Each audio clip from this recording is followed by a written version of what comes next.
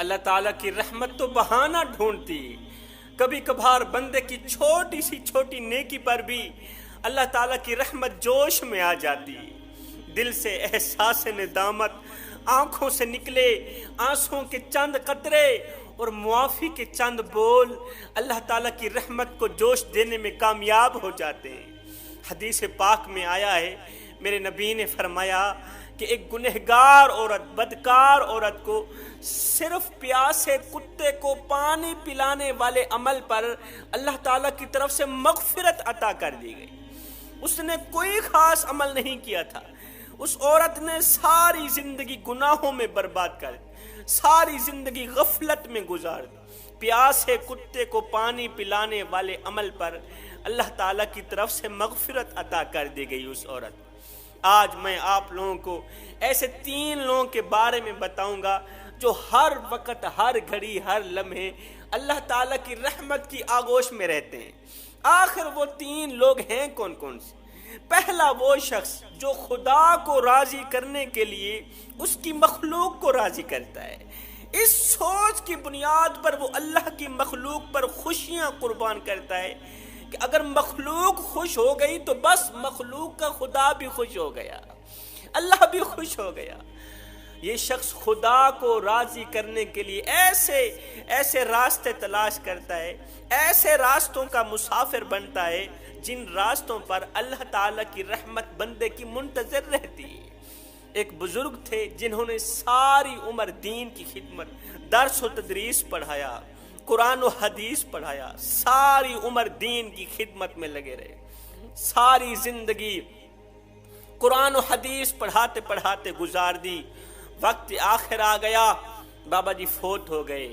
کچھ دن بعد کسی اللہ والے نے اس عالم دین کو خواب میں دیکھا تو پوچھا کہ اللہ تعالیٰ نے تیرے ساتھ کیسا معاملہ کیا، ہمیں بتایا جائے اللہ نے آپ کے ساتھ کیسا معاملہ کیا۔ اس عالم دین نے کہا، بھائیو اللہ نے میرے ساتھ بڑا ہی عجیب سا معاملہ کیا۔ کہا میرا تو یہ خیال تھا کہ میں نے زندگی میں جو دین کی خدمت کی ہے، دین کا درس دیا ہے، قرآن و حدیث پڑھایا ہے، اللہ تعالیٰ مجھے ان چیزوں کا اجر دے گا، ان اعمالوں کا اجر دے گا۔ لیکن جب اللہ کی بارگاہ میں پیشی ہوئی، اللہ کے روبرو حاضر ہوا تو سارا معاملہ الٹ ہو گیا۔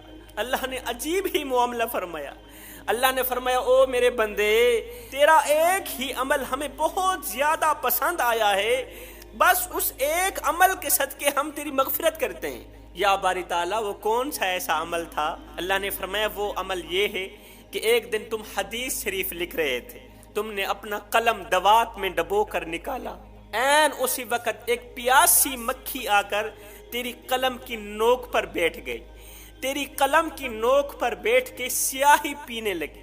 اسے پیاس نے ستایا ہوا تھا، اسے پیاس نے تڑپایا ہوا تھا۔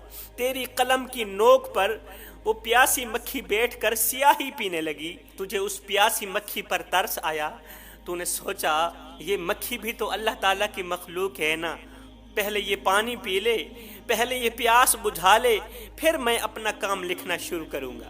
بس تھوڑی دیر کے لیے تو نے اپنا قلم روک لی۔ او میرے بندے، ادھر سے تو نے میری پیاسی مکھی کو پانی پلایا، ادھر سے میری رحمت کو جوش آیا، بس اسی عمل کی بدولت ہم نے تیری مغفرت کر دی۔ میں کہنا یہ چاہتا ہوں کہ اگر کوئی پیاسی مکھی کی پیاس بجھائے، اسے اجر اتنا ملتا ہے، اسے ثواب اتنا ملتا ہے کہ اس کی بخشش کا ذریعہ بن جاتا ہے۔ اور جو شخص کسی پیاسے انسان کی پیاس بجھائے، جو اشرف المخلوقات ہے، جو شخص کسی پیاسے انسان کو ٹھنڈا پانی پلائے، بھوکے کو کھانا کھلائے، اسے کتنا اجر ملے گا، اسے کتنا ثواب ملے گا۔ قیامت کے دن یہ عمل اس کی بخشش کا ذریعہ بنے گا یا نہیں بنے گا؟ فرمایا ایسا شخص ہر وقت خدا تعالیٰ کی رحمت کی آغوش میں رہتا ہے جو خدا کی مخلوق پر ترس کھاتا ہے۔ دوسرا وہ شخص جو ہر وقت اللہ کے خوف سے ڈرتا رہتا ہے، اللہ کے عذاب سے ڈرتا رہتا ہے، اللہ کے قہر، اللہ کے غضب کا اس کے دل میں جو ڈر ہے،